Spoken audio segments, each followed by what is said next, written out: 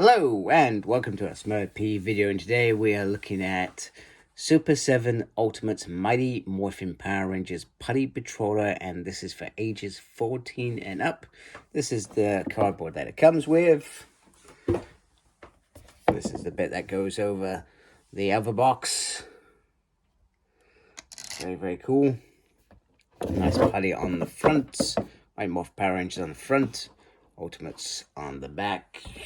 And then this is the box that the putty comes in, and as you can see, he has lots of accessories. And if we turn it around, we have a nice classic picture of a putty, and then we have this bit which you can pause if you want to read it. There we go. I'm gonna get this open, we can have a closer look. Alright, so here is the putty out of the packaging, and I've got a lot to show you. There is a lot of accessories with this figure, but firstly, let's just have a quick look at him like this. That's a very, very nice head sculpt. This is just like a regular head sculpt.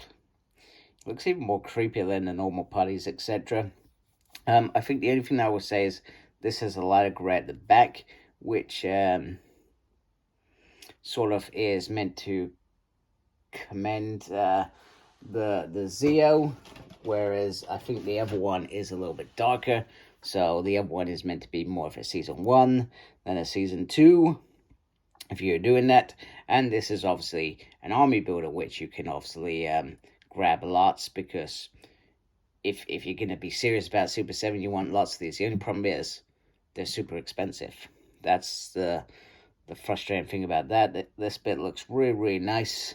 I love how the rocks have been put together, or been molded in together. It looks really cool. But the obvious thing is you can still see certain things on here, which is very, very obvious. That just reminds you that it's not well blended in. For example. So let's just quickly get articulation out of the way, so the head can go around. You can look down slightly and up a little bit. You can carefully lift the arm up and rotate that round. You get a swivel there. You get a single there on the arm. You get a spinny there. Any movement there? Not really. You've got the ab crunch, which is evidence, but I hate it. It just looks awful. You get a swivel there. You can do a little bit of the splits, but that's about it. And he does have, I'm going to say a single there. He has a spinny winny there. But there is also movement on the knee, which is cool, which makes up for no articulation up here on the thigh.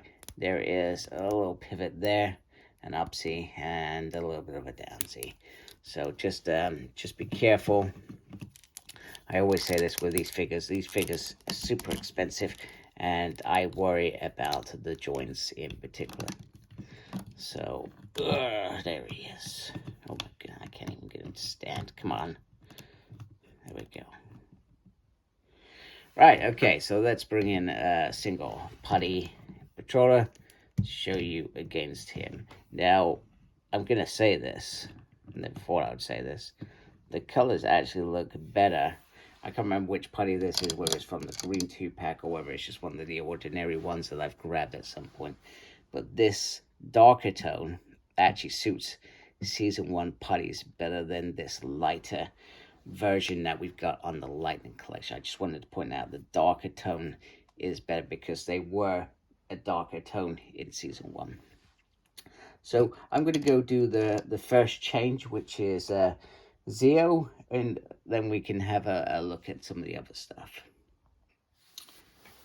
Okay, so one of the things that I really worry about these Ultimates, and I've done, this is my 5th review. There's a reason why you've only seen 3 out of 2, is because 2 of them have been disasters.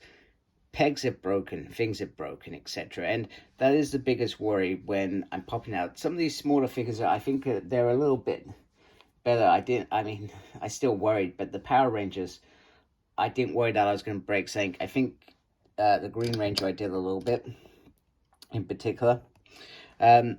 But there is a worry whenever I'm popping sank out that these, I don't know what it is, these pegs seem to be fragile, etc. So here we are with the Zeo. Now,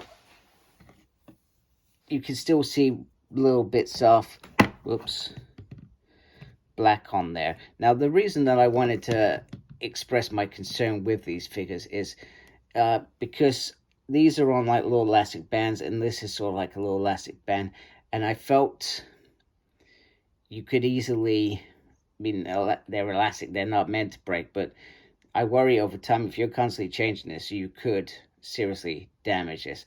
I also wouldn't spend the amount of money on this. I would seriously wait until somebody does a sale or something, because it's going to happen. These figures are, I'm not sure about the whole, I can't speak for the whole community, but I don't think they've been as well received as expected. These breakages are driving people mad and making people not want to purchase future ones, etc. This is the other head sculpt as well. So I feel because with Mighty Morphin, even though it's the same body sculpt, they've deliberately gone out their way to do things a little bit differently. Other than, I can't remember the hands very well, but the hands don't seem to look like they fit actually. They should have been lighter, but that's neither here nor there. But I feel like this body, because it is lighter, a lot lighter, it's a lot better, in my opinion. This also has red eyes, so I'm not even sure if the red eyes, I just think some of them had red eyes and some of them had scary eyes. So let's look at some of the other accessories that this figure comes with. So the first accessory we have is Wild West Putty from that Wild West episode in season 2, where they had a cowboy Putty sent into the past, if I remember correctly, to try and stop the Rangers' grandparents. I can't remember what the purpose of that episode 2-parter was, but we had them. So if you got a horse, you can create your own scene if you want. So from that perspective, I think that is very, very cool. I almost started taking the Z stuff off. I remember it was the Z Rangers, the C Putties that that did that as well. The other thing, Goldar comes with the little morphers, etc. So if you do decide that season 1 and you've got a few of these, you could do that whole morphing scene as well, which absolutely bizarre as you like, but it's very cool in terms of accessories that we are being given. And the trouble with this, it makes you think, actually, I want some more Putties because I want a variety of these.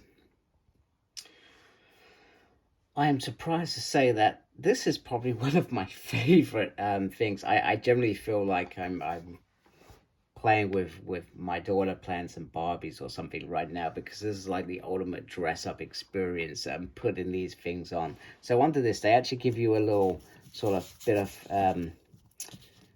what's it called, padding to go underneath it, so it actually looks like an American football star. Not that I know anything about American football, but I thought that was very, very nifty, and he just looks a little bit bulkier and looks a little bit cooler. He's got number 20 on the shirt. I can't remember what they had in that episode. I watched it recently, funny enough. So yeah, damn, this is very, very, very cool. I very, very much like this piece as well. So let's move on to, we are moving towards the tail end of these pieces.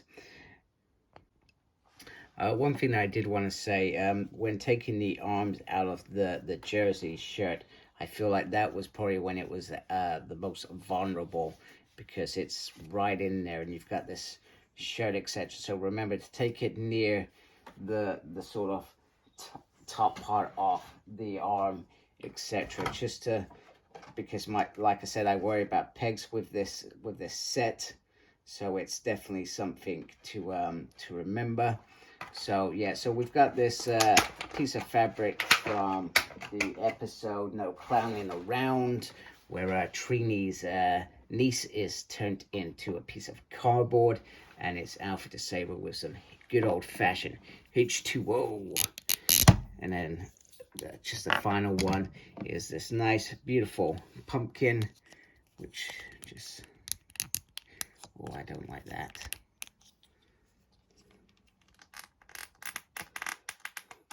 Yeah, I'm not going to push that on there, just so I'm clear. I've had too many pegs break recently, and I lost yesterday when I was doing my Goldar review. I was very happy because actually I got to near the end, and I was I felt like I was invincible at that point, and then all of a sudden I was trying to loosen up the pegs on the wings, and I did one no issue. I popped it in, then I did the second one, and it snapped. So that's the things that I'm talking about with the pegs. So just be careful. So with this, I didn't want to force this one on because I was worried that maybe putting it off, because it is quite a decent piece of weight, that I could easily perhaps damage the figure, so to speak. So once again, be considerate. I never worry about this stuff with Hasbro. Never had any issues. So why now? Why with Super7? Why? And bear in mind, I've only reviewed a couple figures beforehand, and that was Bebop and Roxy, which were quite solid figures, etc. So what's changed in terms of them doing what they did there to now, you know, is breakage is a thing.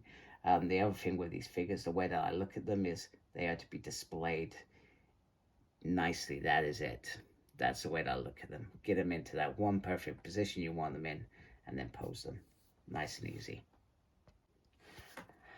And finally, he comes with his accessories for Season 1 in particular. I don't think they wore them on the Z Putties, but they used to have like little balls which were meant to be like, you know, add sort of weapons, and then little swords, etc. I can't remember if that was because she made Super Putties one time, etc. It was never, I don't think, really explained, I'm sure. But it doesn't matter. We had a variety of Putties back in the day, and I'm sure they had their real reasons in Super Sentai Zoo Rangers, but in Power Rangers, it is what it is. It's like I learned the other day that Goldar's wings, they just used to go back into his body and then just come out whenever they were needed, which I thought was very, very cool. Whereas in Mighty Morphin, it was deemed as a punishment. That's why he didn't have his wings, but mainly he was just in warrior mode for all that time. So anyway, so that looks very, very cool. I do like that. And I like that the ball wasn't massive. It's just sort of the right sort of size in terms of it comes out of the hand, and then it becomes a ball that can hit the Rangers with. So I feel like they've done an amazing job. He does come with an array of different hands. I'm not going to get them all out. Like I said, I'm a bit nervous, but they're mainly sort of open palm hands. It doesn't really hold anything, so it just depends on what you want them doing, etc. And whether you're going to buy an array of them. I mean, there's one that's open-handed. I think that perhaps if I thought about it, I could have put into a position where he was doing the American football, as they do. I don't have a clue about American football, just so I'm clear, so you can laugh all you want at me, or explain the game to me, maybe. Anyway, this is a really cool thing. I'm very happy with it. It's not as fragile. A couple from the bit about the elastic bands around the knees. I was worried that you were going to have to take the bottom part of the legs off and put these things on, but they've done it very, very well. I will give them kudos for that. And they've done something that Hasbro haven't done. They haven't given us two different varieties of putties. They've given us one putty with everything you need, and it's up to you if you want an army build. But bear in mind, they're very expensive. But you would need to buy a Z Ranger and a normal putty just to even get one of these, which is probably similar price.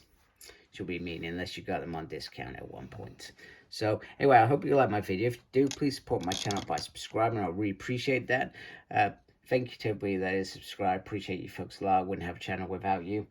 Make sure you look after yourself. Very important these days. And as always, embrace the geekiness. Take care. Goodbye.